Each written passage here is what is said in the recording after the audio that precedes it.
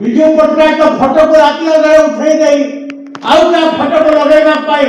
जो षडयंत्र ओडिशारे हेछि ता विरुद्ध ओडिशा जनता ता स्वर उत्तोलन करियो खाली सेति पाई स्वर उत्तोलन करला पाई नुहे अशोकक 100 वर्ष परे या कहउतले कि जणे बक्ता विजु पट्टनायक आदर्श किए विजु पट्टनायक आदर्श होछि महा वेगवान होइले खारबळ से महावेगवान वैर खारबल को से आदर्श करते वीरत्व पाई गौरवोज्वल परंपरा पाई गौरवोज्वल ऐतिह्य पाई जो पराजय पराभव ओडिया जाति भोगिला तार प्रतिशोध नहीं महावेगवान आज ओडिशा नागरिक मंच ओडिशा अस्मिता ओडिशार विकास और प्रगति विजु पट्टनायक स्वप्न को साकार करने ढांचा कार्य आगु जदि नब समस्त को सागे नहीं प्रति श्रेष्ठ श्रद्धांजलि हम आज ये कही मोर वक्तव्य शेष करके भले उत्तर देव तेणु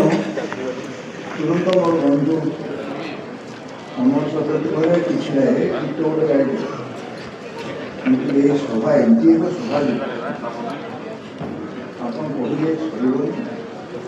तेणु मत जदि भल पाओ हेबाकू बड़ मैं लड़े लड़ मुजातिर जेते अछ तारुण्य छात्र युवक कृषक श्रमिक दल एमती गाउथिले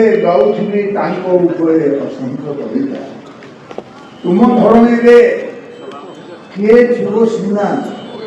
मनीष नाई मनीष नाई तुम ए धरणी सरल सरणी भल आते लगे राजनीति वर्णना बर्तमान षड़यंत्र जी जब भल षड़यंत्र सी बंध नेता मोट षड़यंत्र करनी अधिक बाट जीवा ना विजु केन्द्र पत्रिका प्रकृत से प्रकाश करूला मोर मन ना सी आप देखिए अभिवृद्धि भुवनेश्वर एत सुंदर जी पढ़ी मो ना भी शीघ्र अच्छी नहीं मुझे जानी कि जहाँ देखी आप जानना दरकार मत संवाद शतपथी प्रसिद्ध संवादिक ओडिया ग्रंथ से चमत्कार कथा कहले गोटे कथा कहले कि